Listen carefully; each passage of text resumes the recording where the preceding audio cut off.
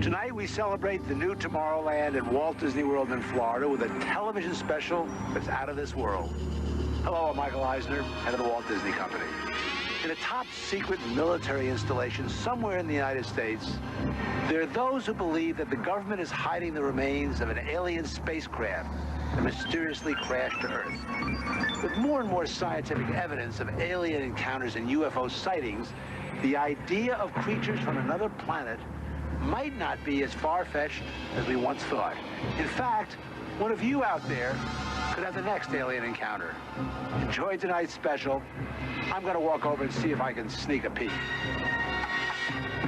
Maybe not. Alien Encounters from New Tomorrowland is brought to you by Bounty. Outstanding absorbency and durability make Bounty the quilted quicker picker-upper. Scientific verification of extraterrestrial life forms routinely arriving on Earth. Top secret reports from ongoing military investigations. Compelling home videos of alien craft captured within the last few months. World figures who have gone public with their own extraterrestrial experiences. The shocking history of government misinformation programs designed to prevent widespread panic. And personal accounts of those who have been abducted and studied against their will. It's happened to me, it's happened to my sister, and I believe my mother. My son looks me straight in the eyes, and he says, "They took blood out of you, Mama." They don't ask permission, they take you. But it's such an incredible secret, nobody wants to believe it. There is valuable scientific data that would prove once and for all that planet Earth is being visited by highly evolved intelligence that is not from this world. Wait a minute. I've had enough. Stop it. From beyond the boundaries of our perceptions, intelligent beings are beckoning mankind to join the galactic community.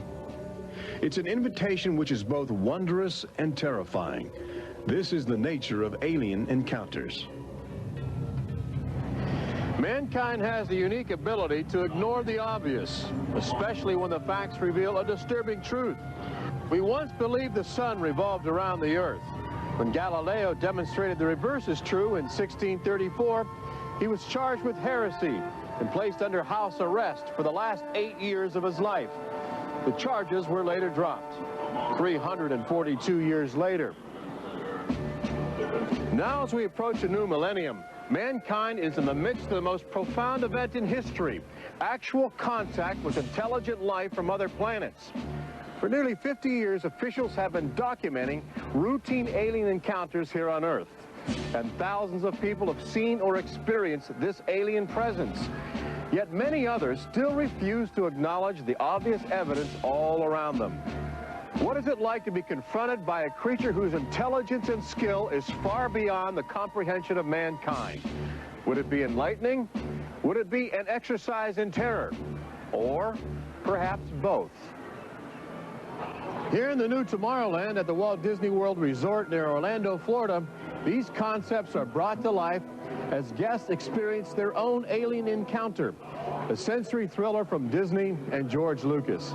We'll give you a sneak preview later in the show. But first, we must prepare you for the future with some shocking insights from the recent past. Alien ships seem to arrive in waves. And if the last few years are any indication, planet Earth is experiencing a tsunami of sightings.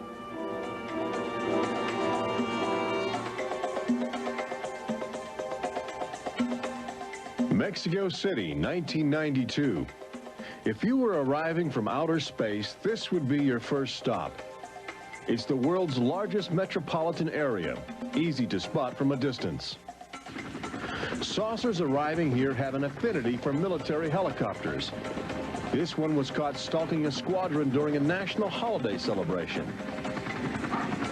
Dozens of people videotaped the craft.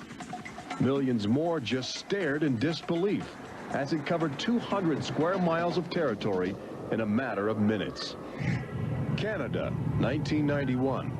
In a residential area just outside Ottawa, this alien ship was photographed landing in what appears to be a prearranged site.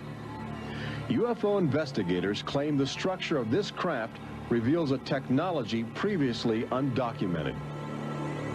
This sighting is known as the Guardian case, named after the pseudonym of the photographer who wishes to keep his identity secret to avoid harassment from local authorities uncomfortable with the notion of alien intruders.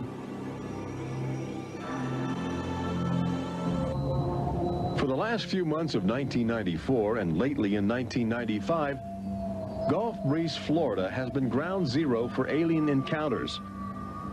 Especially during the day, extraterrestrial craft have become common ornaments in the uneasy skies.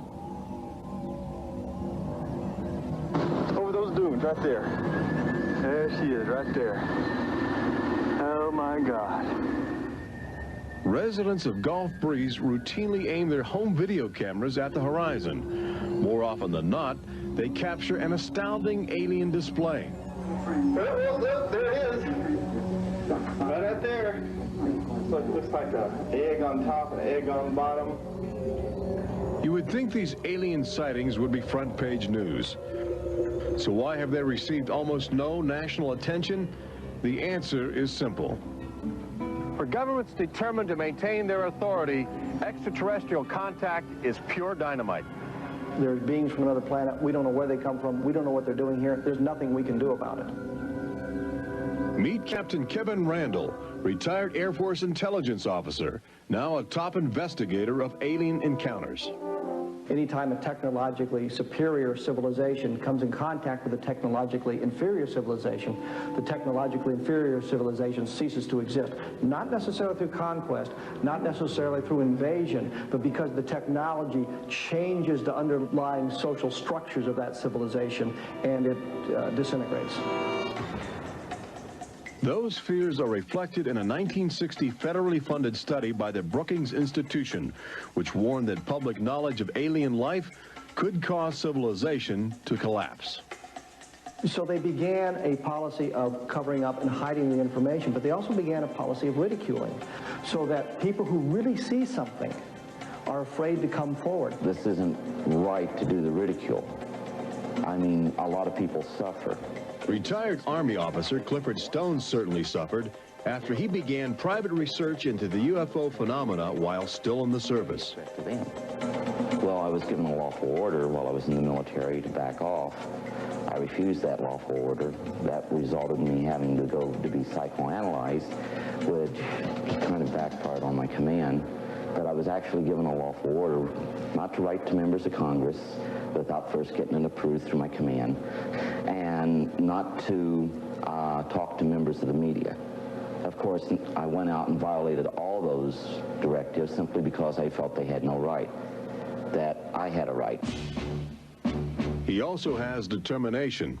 This collection of classified government documents represents years of determined effort by Stone to open the UFO files and offer fresh leads to investigators on the trail of the truth. It is not surprising that this book is making top military officials very uncomfortable. I think that some of the underlying concerns they have is the impact it will have on society as a whole if the information is ever released. But why have aliens chosen to visit our small blue planet, hidden on the distant fringes of an insignificant star cluster? Well, we invited them here. When we return, what is attracting alien visitors to planet Earth? Extraterrestrials take aim on America's military. A crashed saucer becomes a top-secret bombshell. The nation's capital becomes a cosmic crossroads. And later, how Disney Imagineers have designed a way to prepare humans for their inevitable alien encounter.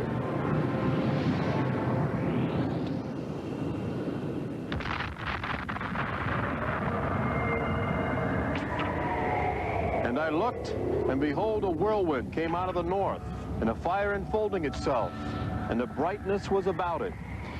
Also out of the midst thereof came the likeness of 4 living creatures. And when the living creatures went, the wheels went by them.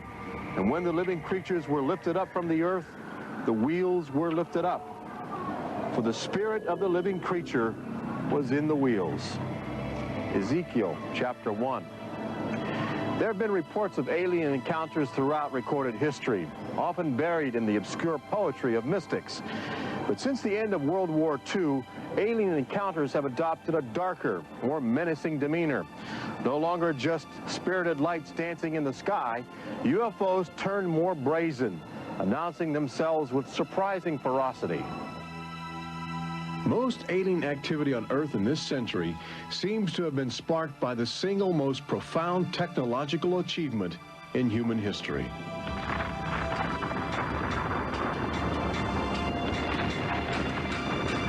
The atomic bomb did more than blow away every conventional notion of combat. It also saddled mankind with the awesome responsibility of life and death for the entire planet. But what the world didn't know in 1945 was that the atomic bomb's brilliant burst of energy would also be mankind's cosmic calling card, announcing to the universe that a technological society had evolved on a small blue planet in the backwaters of the stars. So as the world celebrated the war's end in 1945, aliens who heard man's atomic trumpet were already charting their course towards Earth, responding to our open invitation. As early as 1947, the large alien ships began to arrive, navigated by living creatures. Their advanced physics allowed them to traverse the galaxy and pierce Earth's atmosphere with amazing speed. The U.S. military immediately went on the alert against the unknown menace. Sightings were perceived as threats to the security of an America still reeling from the edgy consciousness of war. And the sightings were taking place all across the country. I glanced up and there were 3 flying saucers in a V with what appeared to be a dome on the top with, I can't be sure, but I believe I saw the sun glinting off of, well, windows or observation portholes of sort. I think it was from outer space, but friendly. Army fighter planes are on patrol for flying saucers. Cameras installed to photograph them. Portland, Oregon, the area from which came the first weird reports. This flying saucer patrol shows how the Air Forces, while not putting too much stock in the mysterious things in the sky, are investigating.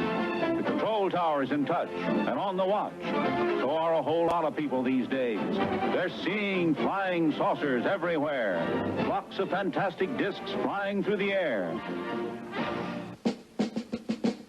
But the military finally had to admit that something was happening that they didn't understand, offering their first and only public statement on the UFO phenomenon. The recent sightings are in no way connected with any secret development by any agency of the United States. They weren't always called flying saucers. Some reports claim they resembled other household objects. The public was fascinated and anxious to make contact. But our official response remained aggressive, sometimes sparking deadly games of high-speed, high-altitude cat and mouse. National Guard Captain Thomas Mantell played that game and quickly became a grisly statistic. His last words, as Mantell soared at an altitude of 20,000 feet, are a chilling commentary on the power of the alien ships. I'm closing in to take a look. It looks metallic and of tremendous size. It's going up now as fast as I am. That's 360 miles per hour. I'm going after it. Moments later, Captain Mantell's mission had ended. Occasionally, the tables were turned. More than one alien craft crashed and was recovered for secret U.S. military research. The most famous case took place in July of 1947, just outside the community of Roswell, New Mexico. Famous because local officials openly admitted they had retrieved an alien ship before their commanders instructed them to keep the story confidential. What you can't explain, they reasoned, you must deny. July of 1947, the Army Air Forces at Roswell announced we had captured a flying saucer. You can say our government announced in July of 1947 they had a flying saucer. 3 hours later, they announced, no, it's merely a weather balloon. The officers at Roswell made a mistake. But our government has come forward and said, yes, we had a flying saucer. Then they took it back. Any one of your viewers can go back to the newspapers on July 8th, July 9th of 1947, and just front page headline after headline that the government had captured a flying saucer. Don Schmidt from the Center for UFO Studies in Chicago is convinced that the Roswell case is the linchpin in America's ongoing alien cover-up. We have over 550 witnesses. They were there. They handled the debris. They saw the craft. They saw the bodies. They handled the crew members of that craft. And invariably, they all said, this was not from this earth. This is the actual site where the Roswell saucer was discovered, along with the bodies of 3 extraterrestrial missionaries who didn't survive the collision. The debris and the dead were impounded and taken away for top-secret study, while a classified investigative committee called the Majestic 12 was organized by President Truman. And a government cover-up was initiated with a calculated disinformation campaign. The military, I know for a fact, has established what's called disinformation programs, officially sanctioned deception programs. This is covered by a regulation at Department of Defense level that's secret. This is the case with the unidentified flying objects. I cannot say that the Roswell incident was a cover-up, but I can certainly say that the government back then and today acted like it was a cover-up and has been subject to being accused of a cover-up. The flying saucer debris at Roswell was attributed to a downed weather balloon. There was no explanation for the alien body parts among the wreckage. Before long, other sightings were dismissed as optical illusions caused by electrified swamp gas, with elaborate demonstrations staged for newsreel cameras to back up the claim.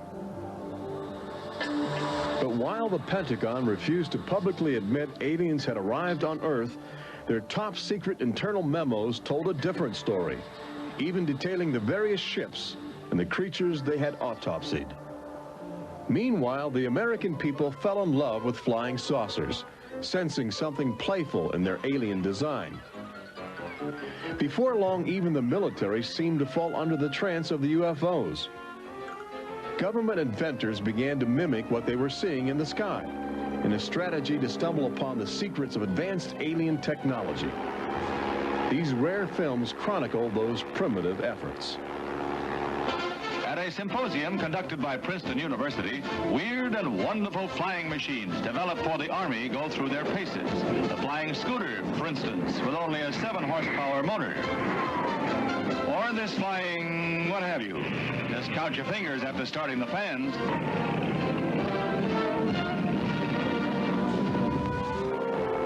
The naive attempts to copy the saucers began to look foolish, especially in July of 1952, when real alien ships were routinely buzzing over Washington, D.C., leading fighter pilots on frustrated chases lasting as long as 6 hours.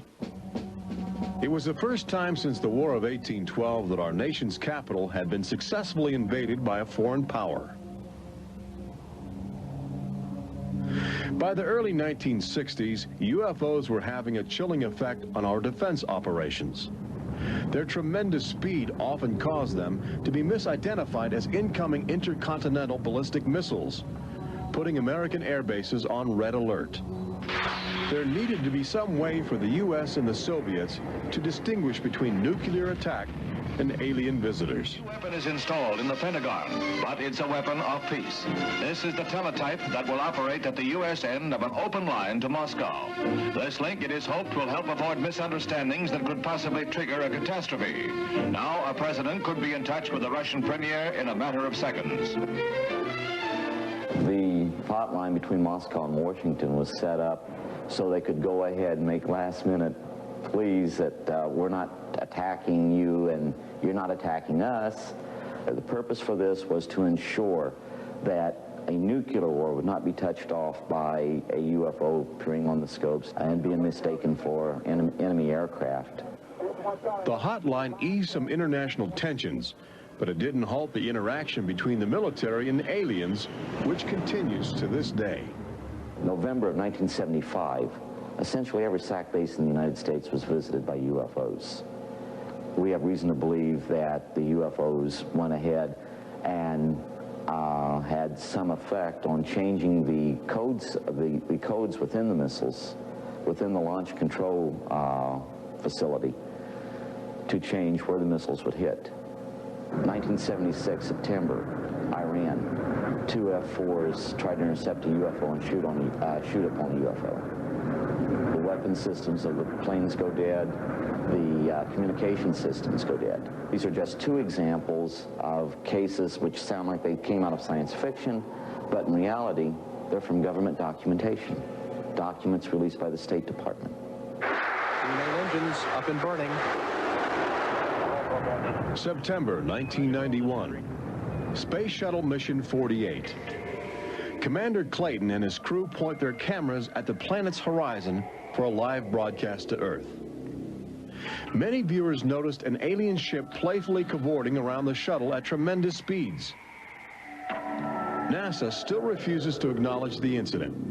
But since that time, the space agency no longer allows public access to live unscrambled television signals from shuttle missions. Currently in 1995, the Federal Emergency Management Agency trains personnel with a manual that suggests techniques in communicating with extraterrestrials encountered in the line of duty. This document is in marked contrast to a federal law passed by Congress in 1969, which makes it illegal for any American to have contact with an extraterrestrial, punishable by a $5,000 fine and a year in jail.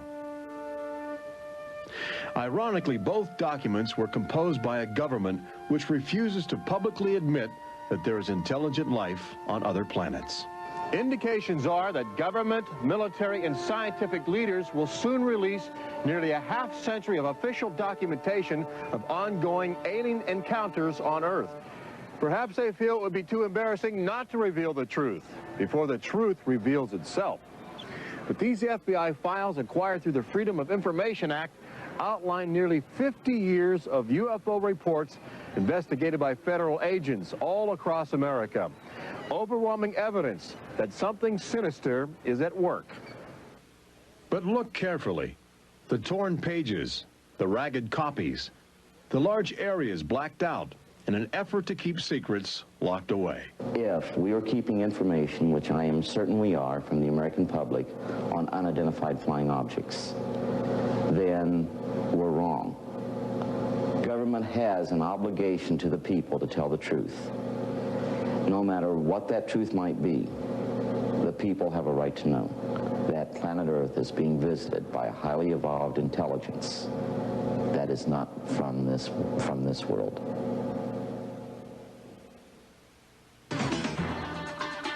When we return, meet the people who have already experienced disturbing contact with creatures from another world.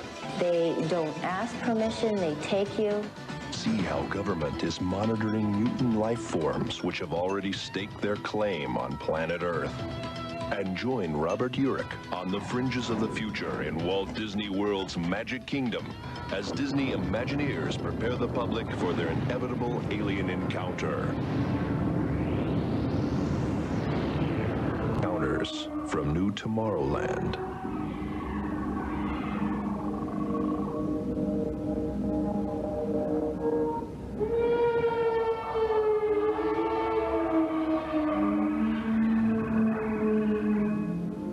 The fact is, everyone encounters alien life forms each day. We've just become accustomed to ignoring the evidence. We expect the first visitors from outer space to arrive in flying saucers. But there are new scientific suggestions that the microbiotic organisms, which routinely invade human bodies in the form of viral disease, may have extraterrestrial connections. These minute alien life forms may very well be the advanced invasion force, leading the way to test Earth's environment for more complex and determined creatures.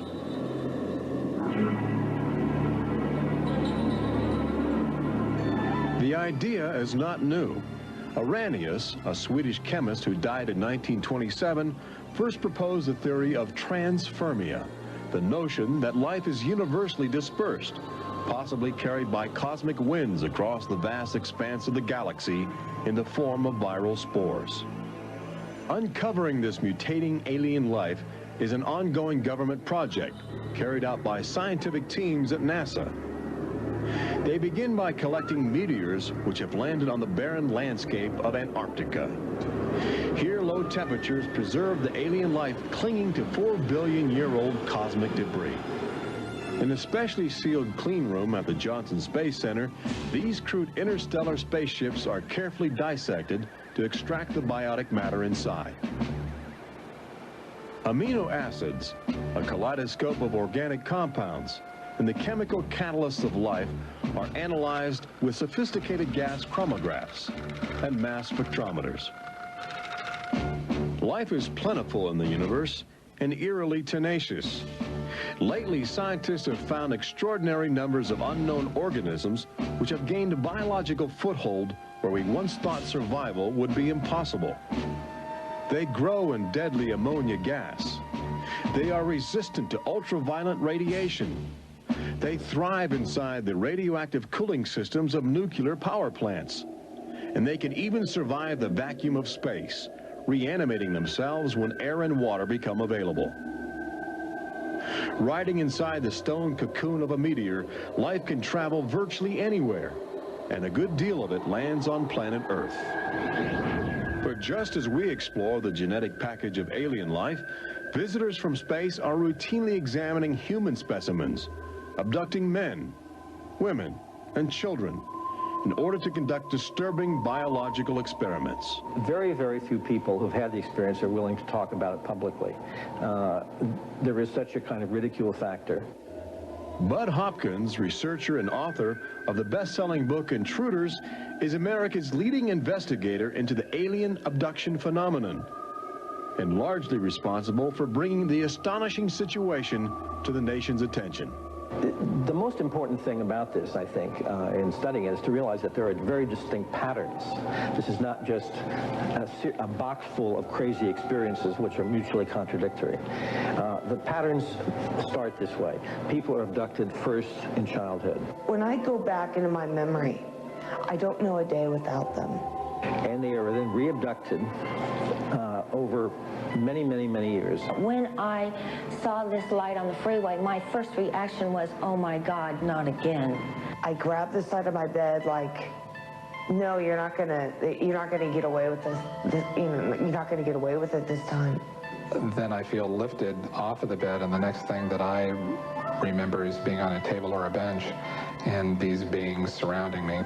Samples are taken from the skin, and there are very distinct scars that result from these biopsies, whatever we want to call them. I have a scar on my hand. It seems to be a triangle shape that's a half an inch by half an inch if you were to measure it. They were just red and blistery and kind of in a large equilateral triangle on each foot. The basic, most common mark is what we call a scoop mark. It's a circular depression, as if the aliens have used a little tool and removed a layer of cells. On my upper left inner thigh, I have two marks. There's a series of two. They're about 1/8 of an inch deep and about 1/4 inch in diameter that people call scoop marks, for lack of a better term. Often an object is inserted in the nostril or behind the eyeball or in the ear, which we believe to be implants. On my shin, between my ankle and my knee, were two puncture marks. In fact, I hesitate to call them that because they were larger and deeper. They were like two holes drilled vertically along my shin into my leg. And that frightened me deeply because I have no idea how those got there. I could only speculate as to why they were doing that, although I do know that, bone marrow contains genetic material, blood.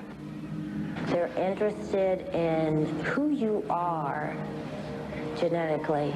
They seem to be desperate for our genetic material, our DNA, our particular genetic makeup, as if they have reached some point of, let's say, some point of no return in their evolutionary development, and they need to revivify themselves through something they can get from us, a more primitive and perhaps more robust species.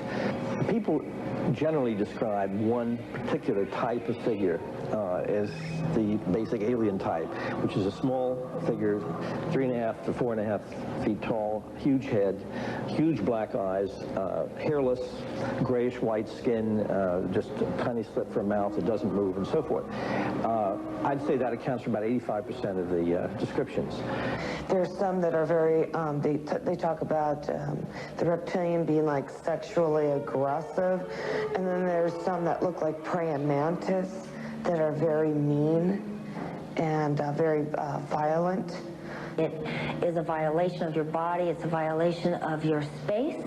They don't ask permission. They take you. On this earth, when you are raped, when you are mugged, even if you don't see that person that is doing you bodily harm, you have somewhere to go. You can go to the police and at least give a report whether they do something or not. You have somewhere to go. But in this case, you have no one to talk to. You have no one to say, this has happened to me. I've been so violated. You don't even know. And you're not ready for this. My love life went to hell. My schooling went to hell. Everything went to hell. And it's terrifying, it's not fun, it ruins your life because you have nowhere to go. Twinkle, twinkle, little star, how I wonder what you are. Up above the world so high like a diamond in the sky. Makes me want to cry.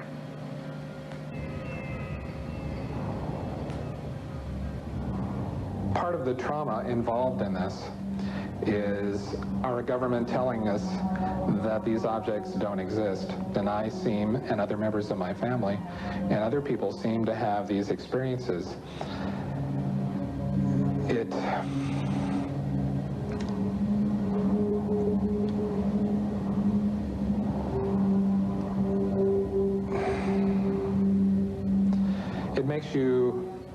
makes you doubt your sanity. The range of people who have had abductions around the world, because it is a global phenomenon, is just, it's a total range. I've worked with people who are of Oriental backgrounds, African-American background, Hispanics. I've worked with one NASA scientist, a research scientist, who is an abductee, a police lieutenant from the South, doctors, lawyers. I mean, I've had, incidentally, 7 psychiatrists come to me because of their own personal abduction experiences. The phenomenon affects people from all walks of life. And it has a dramatic effect on families. Debbie and Terry know firsthand. Both are ongoing abductees with deep concerns about the chilling connections between aliens and their children. I thought this was mental illness. Then my son started speaking about little airmen coming into his room and taking us up, and there was even one point where he said, "They took blood out of you, Mama." He wanted guarding all the time. He wouldn't go to bed at night unless I slept with him. He was angry. And the other thing is he started setting traps. One night my husband came home from work and there's these little colored stones all over the garage. And Dale, my husband, said, "What is this for?" And he says, "Well, this is when the airmen come, they slip and fall on their butts." The interesting thing about children is a sort of innocence about their perceptions. I will present these cards of different heads, and there's Santa Claus, Batman, policeman, a clown, Ninja Turtle, an alien. What we do is to see how the child responds when we get to the alien face, and it can be extremely moving because I've seen children just collapse when they see the drawing of the alien, crying, hugging their fathers or their mothers in terror. Well, she was 4 years old, and she was past bedwetting and all of that behavior. She was beyond that, and she'd never wet her bed. And when we moved to Banning, she started having nightmares every night and wetting her bed. And a couple of weeks ago, she had a bunch of scratches on her face, and she didn't have them when she went to bed. I said, what happened? And it was funny, the only thing I could get out of her was that she asked me, do aliens hurt you? And I went, what?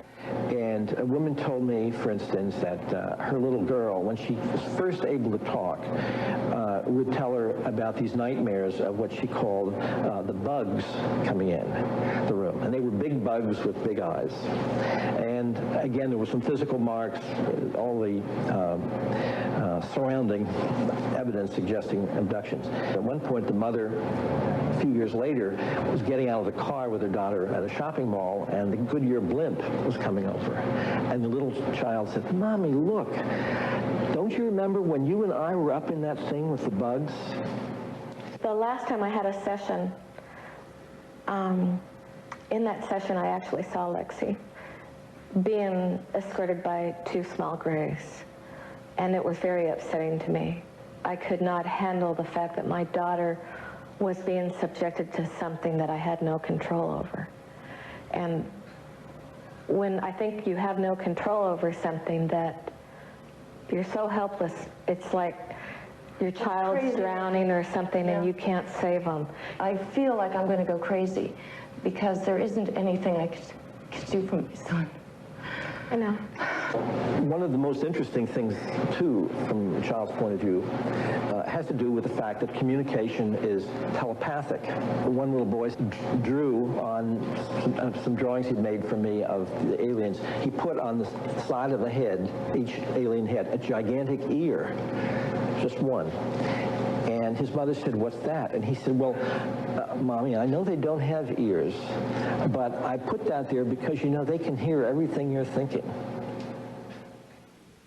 When we return, Robert Urich takes you to the new Tomorrowland in Walt Disney World's Magic Kingdom, where Disney Imagineers are creating extra terror, estrial excitement, preparing the public for cosmic contact with a virtual alien encounter.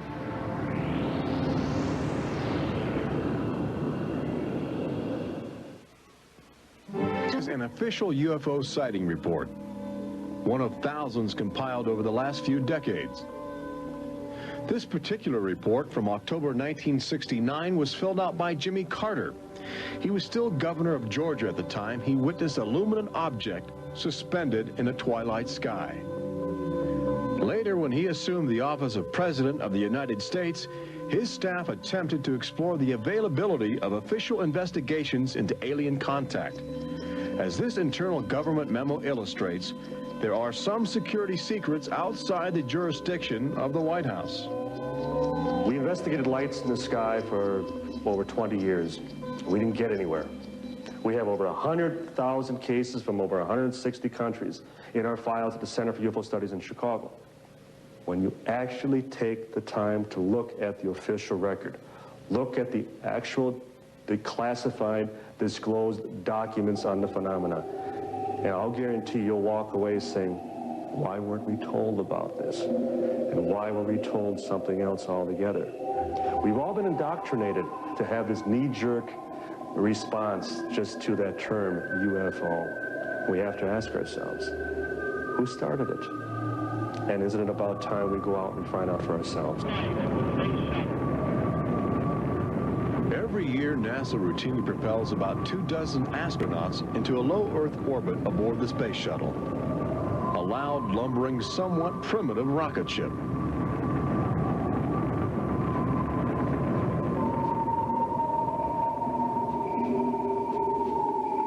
But most Americans will likely explore outer space aboard crafts of alien origin.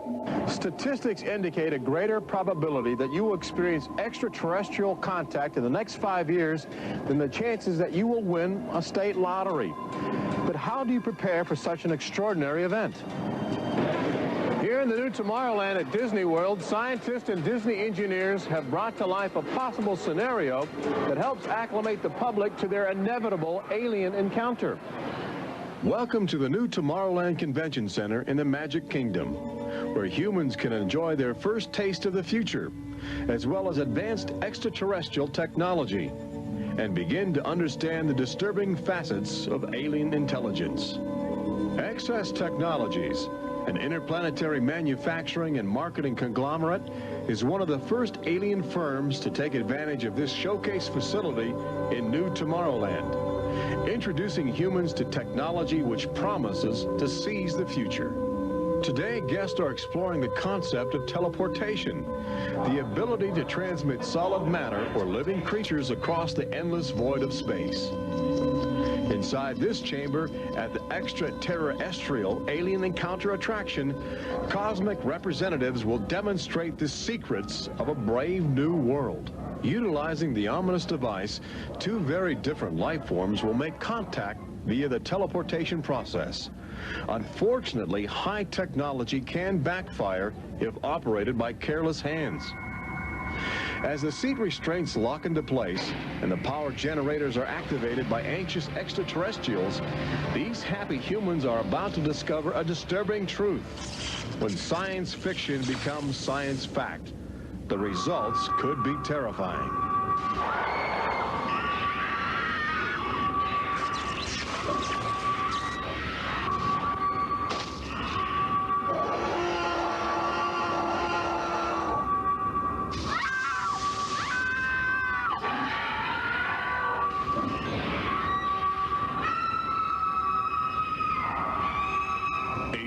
Encounter opens at Walt Disney World summer 1995.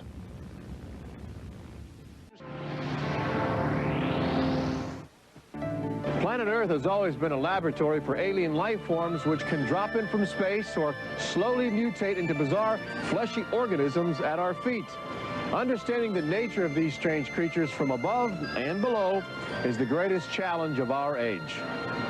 We now know that our future, indeed the future of Earth itself, rests in the balance of the solid and the ethereal, of common sense and the irrational, and our relationship with alien life as grotesque as a fungus or as glorious as the heavens.